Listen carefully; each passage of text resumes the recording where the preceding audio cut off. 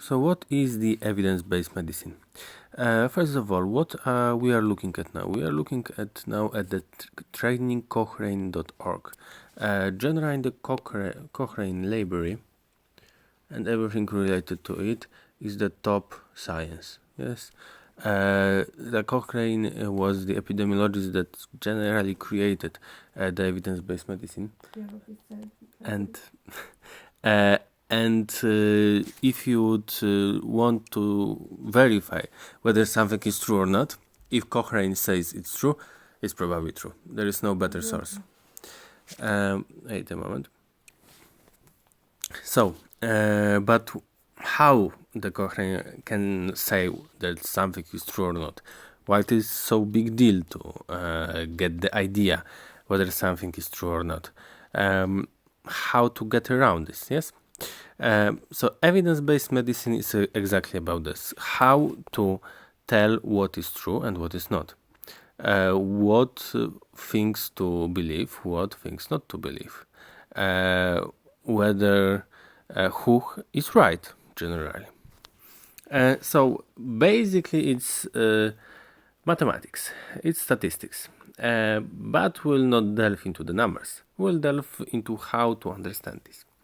So this graph shows a model of the evidence-based medicine. So we have the clinical judgment, the patient's values and preferences, the relevant scientific evidence.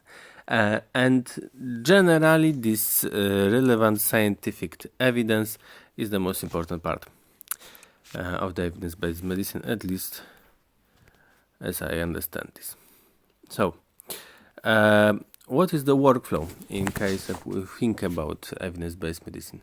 First, we are asking a question, yes? So, for example, whether this method is really effective or not, how to help the patient best, yes? Whether to heal the pain with heat or cold, for example. Then there is a need to find the best evidence. And this is hard, yes? So what does it mean that the evidence is the best? Generally speaking, there is one very simple law of statistics, that the bigger the numbers of samples, the better the statistics. So if we have some studies on big group of patients, yes, I mean thousands of the patients, from some reliable source like reliable hospital, reliable company, things like that, we can be quite sure that it is a good thing. Yes. However, it is not always so easy to spot. What is easier for practitioners to spot are the meta-analysis. The meta-analysis. So meta-analysis is an analysis of the analysis. So somebody that is smarter than me, at least, had come and collected evidences from different parts of the internet, of the scientific journals, to be more precise, and told that these studies were done correctly, these studies were done incorrectly.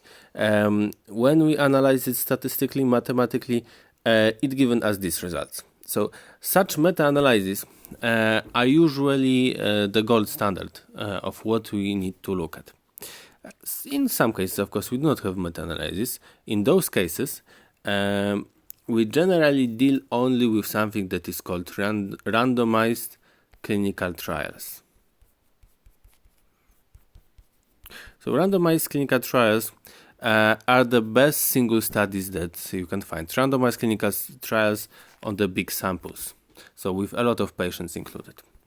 Okay, so when we would evaluate the evidence, of course, the next step is to apply the information. So try to do what it needs to be done.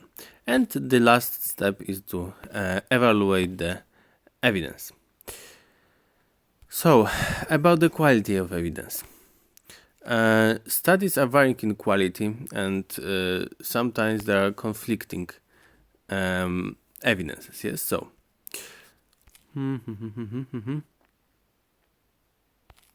and sometimes there's so imprecise that it's hard to use in real life.